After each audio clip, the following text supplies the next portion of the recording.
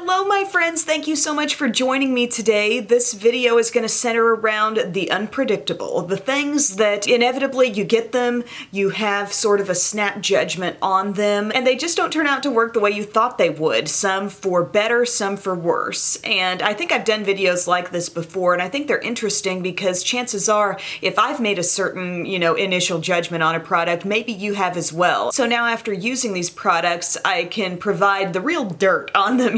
I've been using them for a while. I can give you some mini reviews and show how they've actually worked and have really surprised me in different ways. I think it's human nature to make assumptions about things. What I think is really important as a reviewer of makeup is that you keep a very open mind and you aren't so locked into an assumption that it keeps you from seeing other qualities of a product. You know what I mean? And so these are all products. I've never mentioned them on my channel before, but I'm talking about them now. I've spent some time with them and they have surprised me in one way or another. One of them, a biggie here, is this new L'Oreal Infallible Full Wear Concealer. It says more than concealer. Okay, this came out alongside this foundation, and the foundation, first off, I'll talk about it for a second here, but it really didn't surprise me so much. It said 24-hour fresh wear. I thought, okay, this is going to be kind of like a Revlon Colorstay Rimmel lasting finish, Maybelline Super Stay ballpark type product, and it really is. It covers very well. I don't know if I'd call it full coverage. I am wearing it today. This shade is just a little light for me, by the way, but it covers quite well. It's very matte, and I think the most impressive thing about it is where their main claim lies here. It's the long wear. On my skin, it does wear very well, looks good for a really long time, and I do have this in the shade Rose Ivory, but I think it's a little light. So this product, nothing like kicking off the video with the thing that doesn't really apply to the theme of the video, but this kind of did what I thought it would do.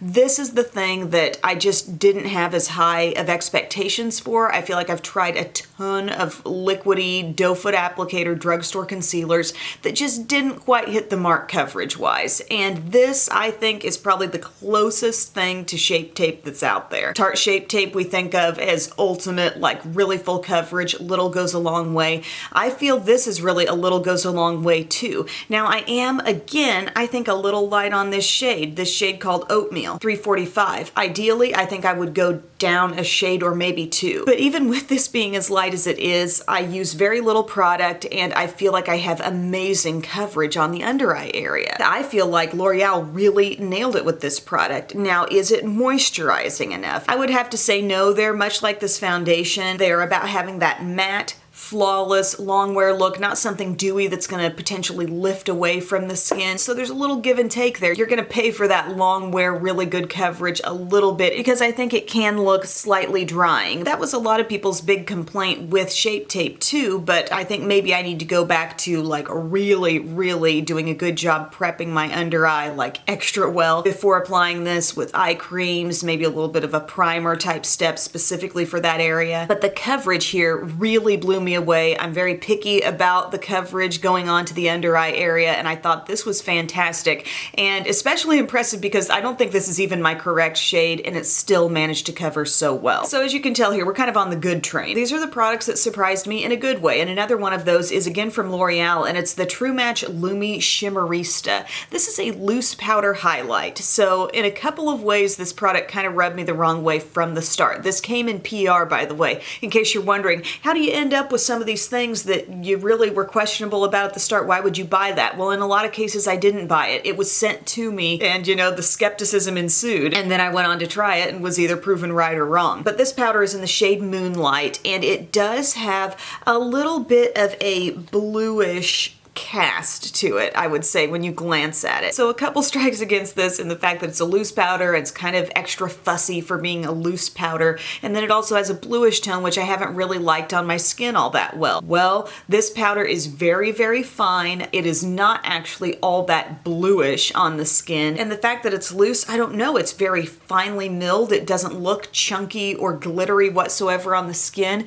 and I actually feel like this heightened level of freshness to the complexion complexion. I'm wearing it right up in here and I just feel so glowy, but I can look right up close and I can't actually see like thick shimmery product. You guys know if you've watched my channel for any amount of time, I really like the sneaky highlights. I like something that's gonna give me is potentially a bold look on the skin, but I don't wanna be like shouting to the world, hey, this is makeup here. You know what I mean? And I think this is actually really beautiful. And it kind of goes along with this actual deep freeze weather that we're having right now. We had 2 power outages yesterday, one at the start of the day, one at the tail end of the day, and they each lasted for like 3 to 4, 5 hours. So glad it's back on, shooting this video while I can. Next, I've got a couple of eyeshadow palettes that really surprised me, and one is from Maybelline, and it's called the Matte Bar. I did buy this. I saw this in Ulta. I think I have maybe even mentioned that I did pick this up. It was quite a while back, and I bought it just for the fact that like, oh, that looks new.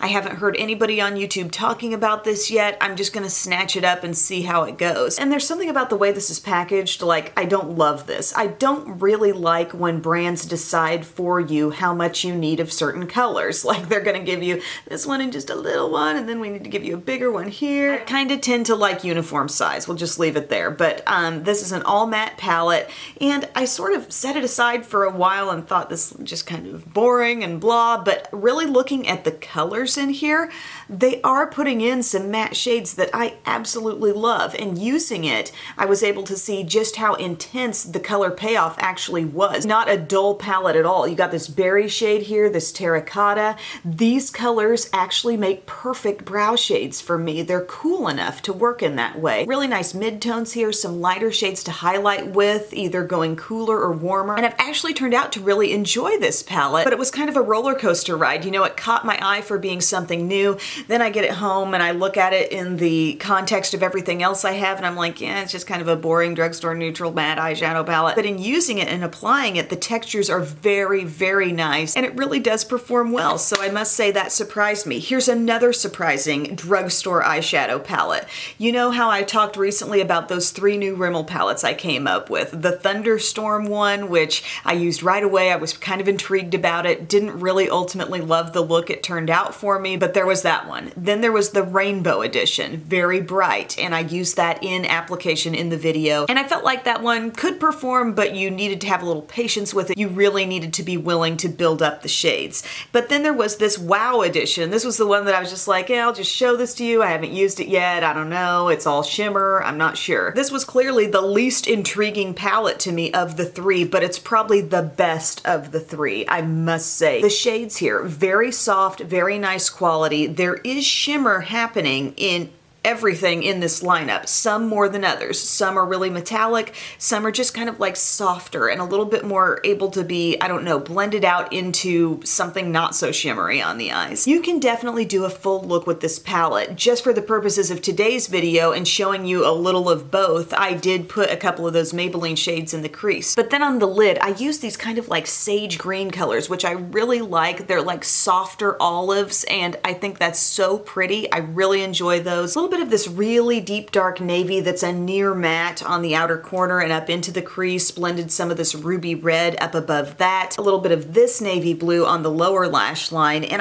I'm really impressed by everything this palette can do. This frosty white here is also really pretty, like around the innermost corner. And I'm not sure what, if anything, this palette is like fashioned after, because you know some of these Rimmel palettes turn out to be kind of dupes, but I just really do enjoy it, much more than I thought I would. It's got some interesting shades. I think it will spark some interesting color combinations if you just use this palette, or you can use a little matte drugstore partner there with it, but that really did surprise me. I was not that into it. Just buying it, it was one of those situations where, yeah, it's new, I'll eventually give it a go, but I didn't find it super compelling, and now I really like it. You want to know about an eyeliner that I absolutely wrote off immediately? It's that Revlon Colorstay Exactify. It's the kind that a lot of people were doing videos on sometime last year, like the pizza cutter style eyeliner that's like a little roller wheel. I was sent this in PR. I basically like set it aside. I did not think this was going to interest me whatsoever. I am so staunchly into certain kinds of black liquid liner,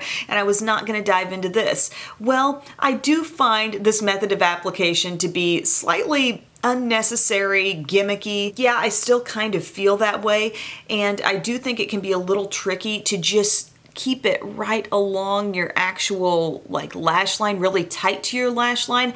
That's why the black hasn't appealed to me so much. But there is a gorgeous color here with this one. It's called Mermaid Blue.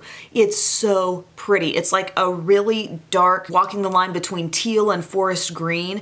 And I am wearing that today just kind of on top of my black liner. When I did one of my 31 Days of Glitter, I did a look that I loved so much, and it was black liquid liner with a more statement type liner just going straight across it. And this, I guess what I'm trying to get at here, I love the staying power of it, and I also really love the color. This method of application is kind of neither here nor there. You know, I don't love it. I'm not like gonna seek out other pizza cutter style eyeliners. That's not so important to me, but the color turned out to absolutely be awesome. And here's why I like it. It's just deep enough. It's not like, oh, I'm wearing a bright teal eyeliner today. It's rich. It's kind of sneaky. It adds that little bit of interest to your look, but still looks kind of, I don't know, classy and just really beautiful. I like it so much more than I thought I would. And despite the fact that I'm applying it like off of that little rolling wheel, I really, really love this color. Here's something that really surprised me for the better.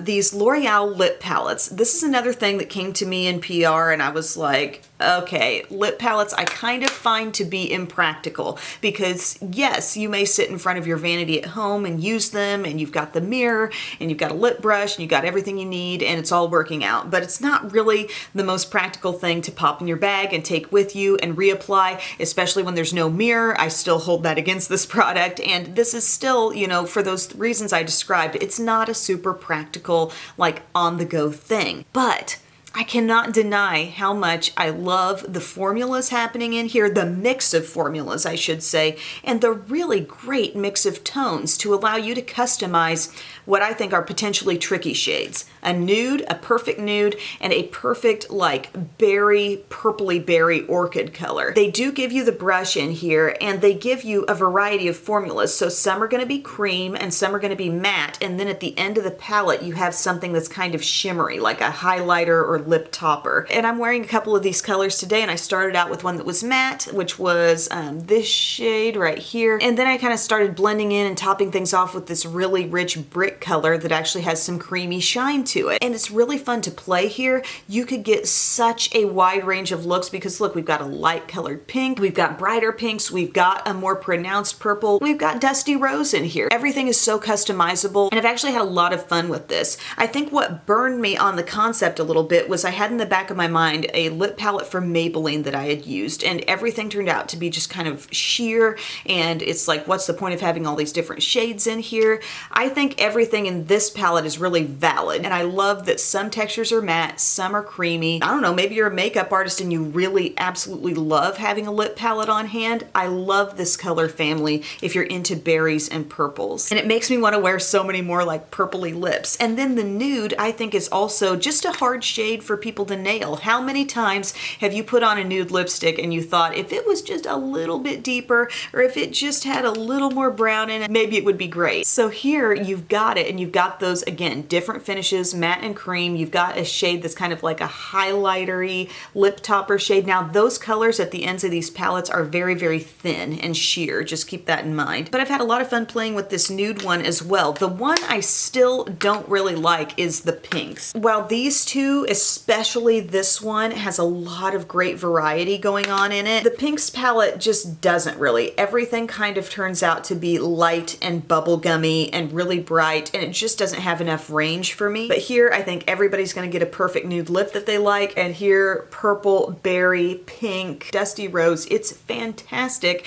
and I like what's happening inside enough for me to really use this thing. Because like I said, sometimes lip palettes frustrate me. It's not gonna be what I take on the go. I'm gonna get my finished lip look, and then I'll probably look in my stash for something that may sort of coordinate to this if I'm gonna be out of the house, and then I'll take that single product with me that will be easier to reapply. Maybe it's a gloss or a lipstick that looks kind of like what I've got on. But props to L'Oreal, because the variety of formulas in here is really a brilliant way to go. It keeps all these colors from looking the same. And in this one, the variety is just outstanding. Now, my friends, I've got like 4 things here that surprised me going the other direction. And one of them is this setting mist from CoverGirl. It's the Outlast Active. It says cooling setting mist all day wear.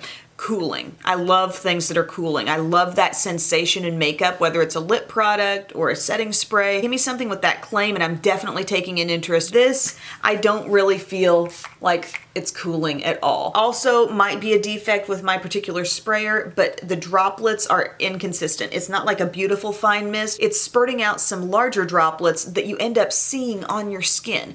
I really have a problem with setting sprays that can't keep a nice, really fine mist. I mean, that sprayer, that mechanism that's putting it out there is just as important as the product on the inside that you're actually spraying out, because you've sat here for upwards of 30 minutes doing your makeup, you've made it look as good as possible. Now we want something that's going to actually leave like a visible droplet on the skin. No, it must be a fine mist. It just has to be. Holy cow, I'm on my soapbox here, but I don't think this is any more cooling than any other mist. I've sprayed it back to back with different ones and I'm like, do I actually feel a difference here? No, I don't. Sorry, not my favorite setting spray. Here's another thing that kind of attracted me, drew me in, because I really like a tinted brow gel. I have found a lot of them that have appealed to me so much, and this one is from Revlon Colorstay. It's called Brow Mousse. I have it in dark brown. Basically, they're trying to kind of sidestep a wand applicator here. So you're gonna twist it up, the product's gonna come out through this rubber bristle brush,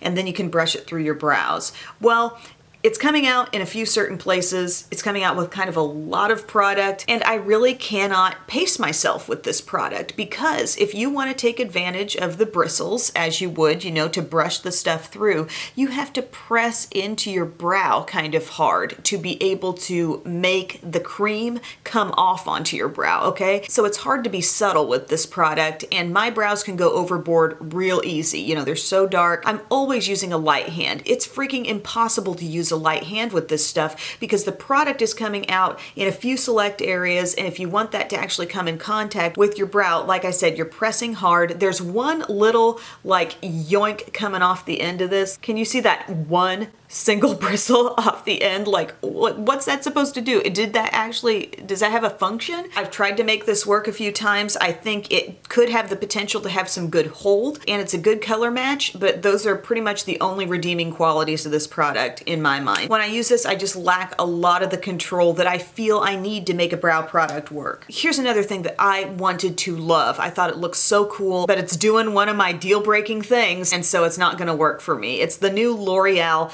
Unlimited Mascara. Have you seen this yet? Yeah, it's got a little bendy thing there. So when you put this stuff on, you can actually bend like that and get a really easy application. So I think that's cool. I want more mascaras doing that.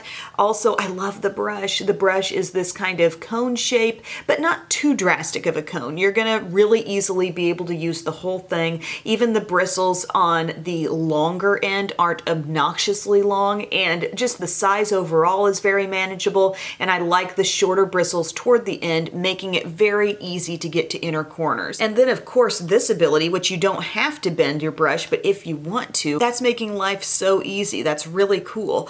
But the problem lies for me in the formula.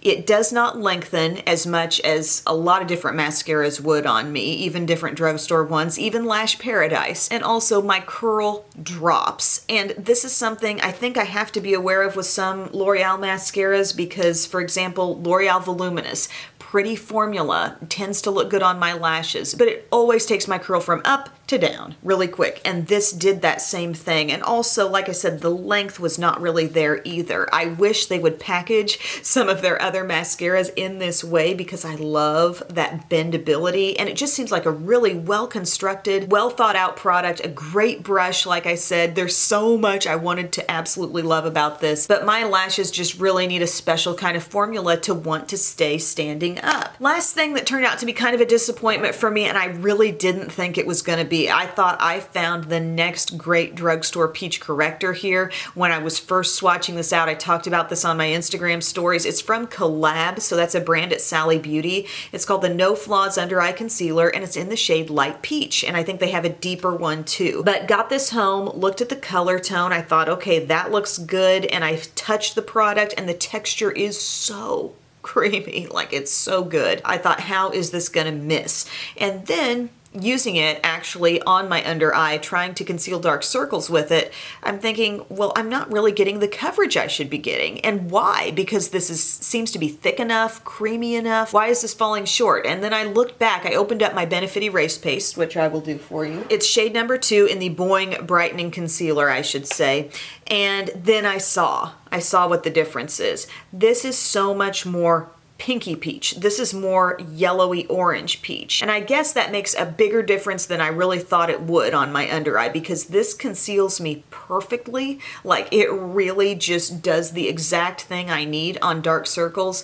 This just couldn't cover them up. And I feel like the texture is so good. I wish they just had that color, that little bit pinky tone. And why do I so often talk about the Pixie Correction Concentrate working so well for me? Well, it's pretty much that color, you know? It's got that pinkiness to it, which really, really works for me. Now, this may work for another skin tone, or maybe you know the nuances of your peachy correctors and you're like, oh, that would be the color that works for me. If it does, great, because the texture is phenomenal and you're getting a very generous amount of product in there too.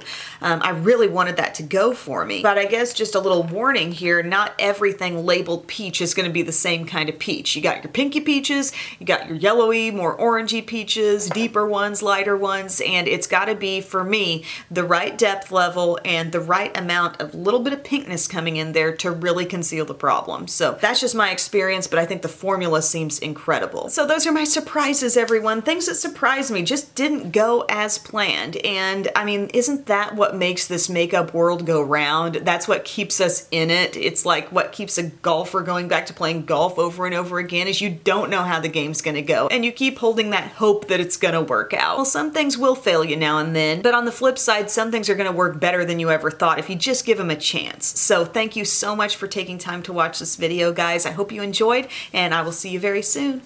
Bye.